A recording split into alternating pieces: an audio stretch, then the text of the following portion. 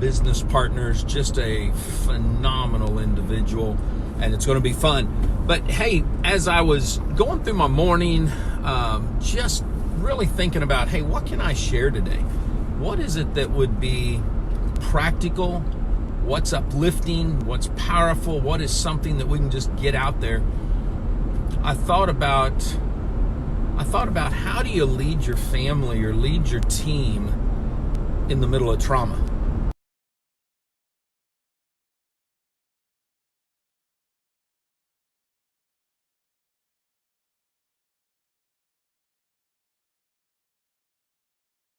Need to be how do you lead? How do any of us lead in a time of trauma? And I was going through a lot of my notes, going through stuff that I have dealt with, because, you know, as some of you guys know, we've had quite a bit of trauma over the years in our life, from kids that have been on life support to kids that have gone to prison. Paige had a medical heart attack a few years ago. There's all kinds of stuff that I've gone through, that we go through, that everybody goes through when you're trying to figure out life in general. So when you really start to look at trauma as we're going through this, trauma with a big T, because right now, in the middle of the I don't even want to call it the coronavirus, because it's really it's COVID-19. That is two different things. When you look at the the COVID-19 crisis, pandemic, that's trauma with a capital T and trauma with a little t. And so I don't want to keep everybody long. It's lunchtime. You know, some of you guys are probably doing Zoom lunches.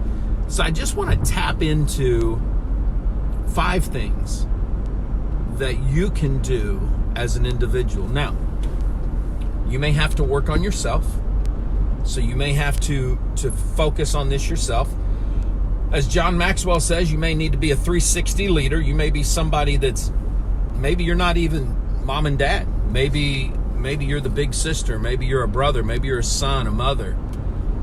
Maybe you're just in the middle of the team. Doesn't matter. These are action steps, I think, that you can take. Maybe you see them as directives or principles. But I do a whole coaching session on this when I talk with, whether I'm talking in an individual situation or we're talking in corporate situations, personal or corporate, doesn't matter. Number 1, you have to model the way.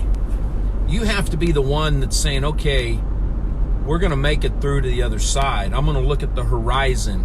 I'm going to create the vision, the mission, the purpose, whatever word you want to use there, wherever your starting point is. You're going to be the one that says, okay, this is what I'm going to do. In the middle of this, I think you've got to be the one that says, okay, life is going to be different. Life is going to be new. I don't know what it's going to be like, but we're gonna push forward. As for me, I'll give you my personal. My morning rituals have changed to a certain degree, but the basic foundation, the core of what I do has not changed whatsoever.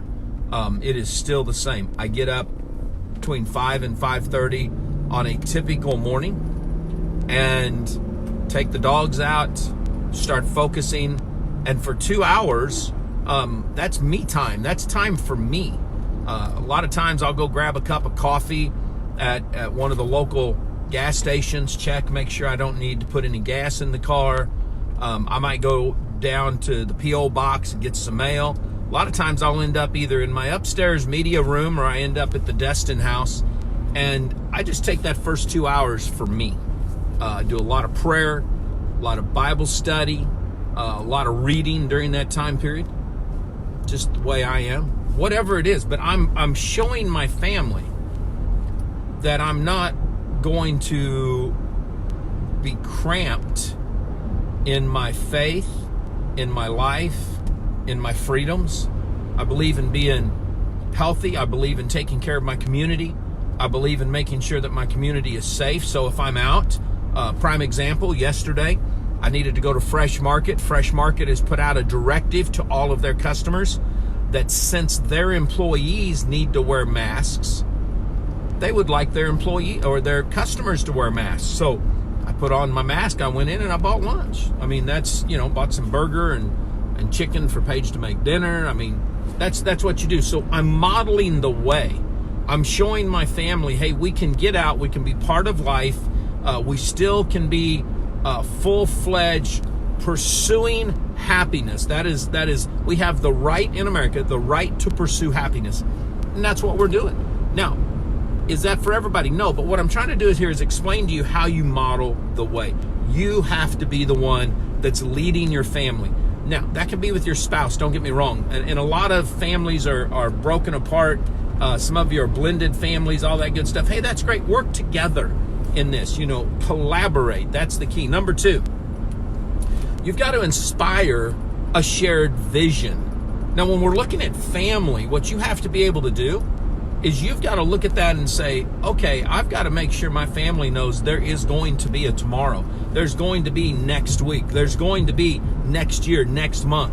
In our case, we make it very clear. We are going to Disney very soon. That's part of our ritual. That's part of our family. That's part of our vision. We go, as you guys know, we'll go 4, 5, 6 times a year, depending on the year.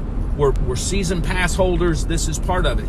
We've let the girls know, especially Lena, there will be gymnastics after this, or dance, or cheerleading, or whatever it is y'all want to do. Tempest knows she can do her art classes again. Whatever the case, you have to have that vision. You've got to put that out there. And again, guys, this isn't just for family. This is for your teams too. Some of your teams may be hurting, depending on the type of company that you're marketing with, depending on the type of brick and mortar company that you work with. Some of you guys may be at home. Some of you guys may be on a light workload. Some of you may be in a company where they aren't shipping any products. So you've seen your revenues go down. Whatever the case is, you still need to be collaborating with your team. You still need to be sharing that. You need to model the way. You need to inspire that shared vision. You've got to be able to go forward. Number 3, and this may be the toughest one for some folks, but you've got to challenge the status quo. You got to challenge the process. If the whole cotton picking world is crying, the sky is falling, the odds are the sky's not falling.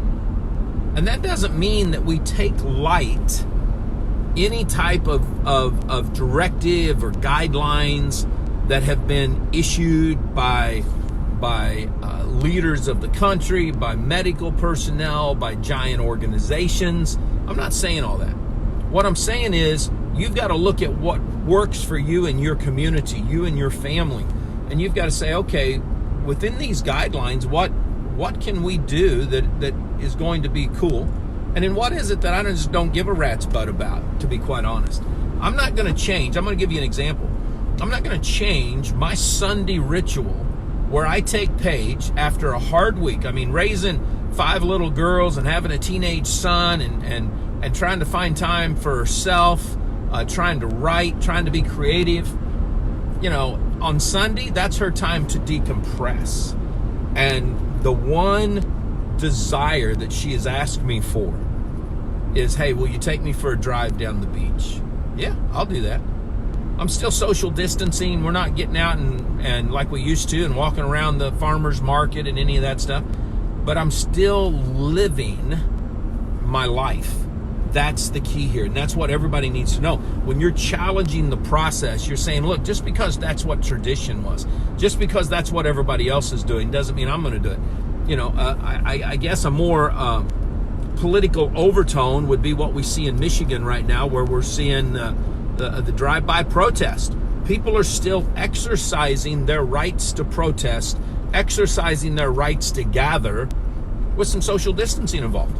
So, I mean, you've got to be able to do this because your family, your team is counting on you.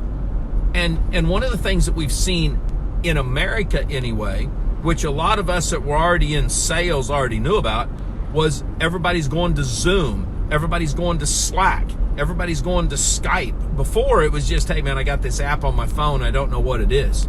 But now everybody's collaborating differently. You've got Microsoft Teams. Everybody's learning. Okay, we got to social distance a little bit, but we can still have fun. My good friend and one of my mentors, he runs listen to me, he's the host of literally the oldest syndicated radio show on the home-based business arena. It's produced out of Longmont, Colorado. I think it's on the Genesis radio network. I mean, he's changed over the years. Everybody loves him, so he just cranks. But one of the things that he does with one of his organizations is every Friday they've been having dance parties. And what I've shared with people to do is, hey, why don't you have lunch just like you used to? If you're used to a brick and mortar business and you're used to getting together for lunch and going out to Moe's or going out to Culver's or going out to In-N-Out Burgers, wherever you guys ate, maybe you guys just took your lunch to the lunchroom and you guys would sit around doing that. Why is that stopping? Use Zoom, use Skype, FaceTime, hang out together, do your thing together. That's all you got to do, man. Social distancing doesn't mean you're isolating yourself and becoming totally lonely in life. You don't need to do that. You can literally connect together. You can pop Skype on, leave it on all the time if you want to. I mean, hey, do whatever works for you, but you've got to break that status quo. Don't just let yourself do what everybody else is doing. And listen, this is important for some of you that are like me, and you've got some demons on your back. Sometimes it's from the past, sometimes it's current. And maybe Tommy Chenault can tell you this. If you've had a drinking problem, you've had a drug problem, you've had depression, you've had anxiety, you've had loneliness, hopelessness, all of that. Man, the last thing you want to do is listen to a bunch of ideologues tell you what you think you hear. Oh, you got to be in your house. You've got to have your windows closed. You've got to be isolated. No, you need to be distancing yourself. But man, you need to hang out with people. You need to hang out. You need to understand. You need to connect. So listen, you got to push through and break through the status quo. You got to challenge the process. Number 4, this is a big one. I think it's important. You've got to enable others to act. Man, you've got to make sure your kids and your team are doing what they're supposed to do. And the only way you can do that is for you to do that. So what you want to do to be able to do that is look at what a lot of you guys are having to school from home now. Notice I didn't say homeschooling. There are 2 different things there. There are some of you that will learn how to homeschool. You're going to love it. It's going to be great. And there are some of you that have had to school from home, and you're going to say, forget this crap. I am never doing that again. And I am going to make sure that I praise all of those homeschooling parents out there, because this is hard, and it is. But here's what I'm saying. If you've got to make sure your kids are doing something, then you want to encourage them to do what you need to do. If you've got kids that are starting to freak out a little bit and say, man, I just don't understand all the coronavirus. I don't understand is this something that's going to change the world forever? Is it not going to change the world forever? Is this something that I need to be concerned about, Dad? And I tell you, we think that the adolescent kids are the ones that we should worry the most about. And that's important, don't get me wrong. But I want you guys to think about something. If we thought we had problems with teen depression and teen mental illness before this, you lock these kids in their rooms where all they're doing is having a little bit too much loneliness, too much hopelessness. You don't know what they're doing on their telephone. They're gaming with some people. There's some nasty, snarky people out there. So it's your teenagers that you really need to be focusing with hard. And you've got to be able to get in there with them. You're all from home now. Take a walk with them. Show them that you're not afraid. Show them that you're not being lonely. And if you are, hang out with some people. Give me a call. We'll do something. Figure this thing out. But you have to enable your kids to act. You've got to enable your team to act. You've got to be able to enable your community to act. Because if you don't, then what happens is we start to have a breakdown bigger than what we have right now. All of a sudden, people really do become isolated. People become mental cases. Having spent most of my adult life in and around the prison system, in and around criminals, based on both my family and then just based on some of the career choices I made early on, I can tell you what, isolation sucks. Okay, there's people that go freaking wacky in that stuff. So you want to enable your team. You want to make sure they see where you're going. You want to enable yourself. You want to be part of that. So collaborate, work with Deb Esling, who's just a dear, dear friend of mine. I've known her for years. Great woman.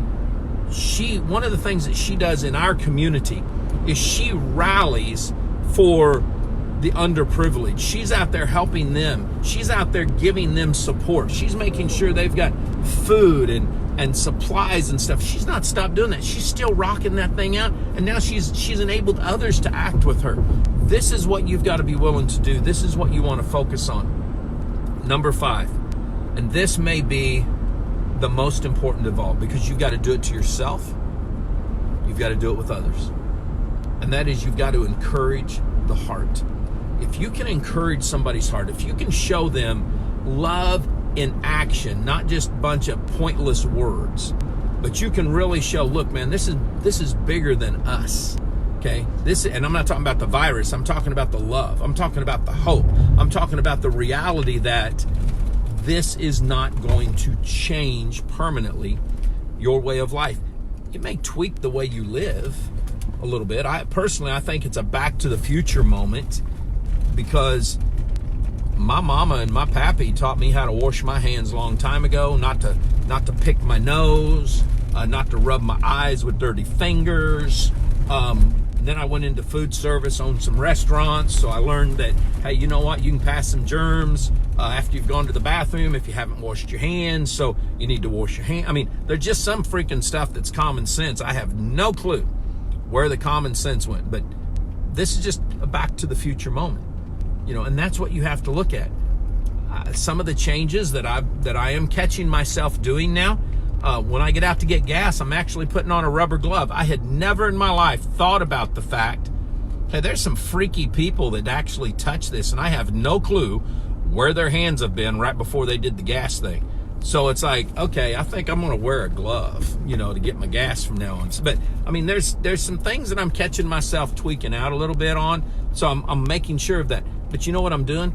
I'm making sure that my family fully understands that, unlike what seems to be the majority of the world, I'm not afraid of an unknown virus whatsoever.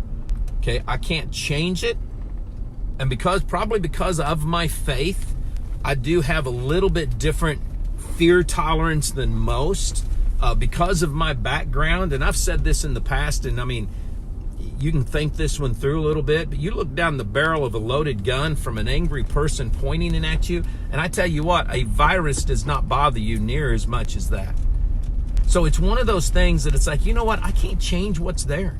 I went through biological warfare training in the Marine Corps. I understand what can happen. I understand what can happen to the body, to the lungs, to the heart, to the mind. I can't change it. So I'm going to go out there and encourage everybody that I can to be as safe, to be as common sense focused as they can be, and not to get all crazy because of what other people are saying or other people are doing, because you can't change this crap, folks, not whatsoever. You have got to stay focused on what you're supposed to stay focused on.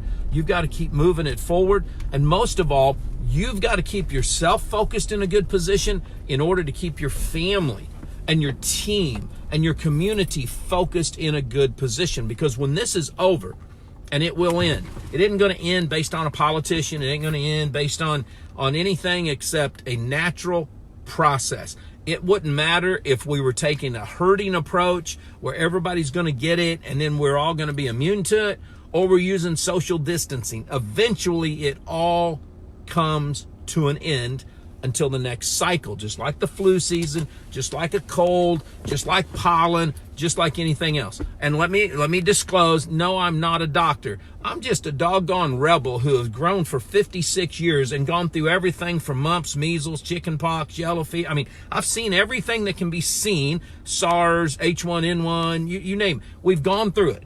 Sometimes I've gotten some stuff, sometimes I haven't. I never get the flu shot. I've got plenty of vaccinations from childhood in the Marine Corps. I'm still somewhat sane, I think. Who knows? But this is the deal. Here's the deal. Number 1, model the way. Number 2, inspire a shared vision. Number 3, challenge the process. Number 4, enable others to act And number 5, encourage the heart. You put these to work yourself, you put them to work in your family, you put them to work at your team, and no matter when the economy opens up, if it's really shut down, I'm still not I'm confused on that. But whatever happens, you're going to push through this. You're going to come out the other side, and personally, some of you are going to be better. Some of you are going to say, man, I've found out that I've found a home business that I love. I've turned my hobby into my business. Some of you are going to be excited to go back to work, and you're going to explode. Your bosses are going to say, we don't know what happened, but man, you're like loving this. You're having a blast. And it's because you figured out, man, this being at home thing doesn't work for me. Doesn't matter. That makes you an awesome person. Okay? I love working from home. Other people don't. I get that. You just go rock it out. Guys, be safe, be positive, use common sense, and I will see you tomorrow.